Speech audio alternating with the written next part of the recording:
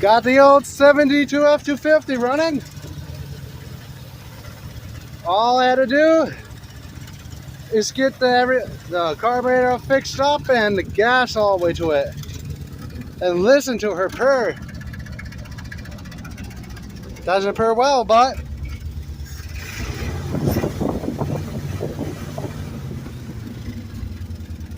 there goes the rods. There goes the bitch. Make sure you check the rods. She's fine. Just need to let her run for these misses. Might have a few dead cylinders, but she runs. Subscribe if you want to see me to get it running better. Well, that's it. Good enough for today.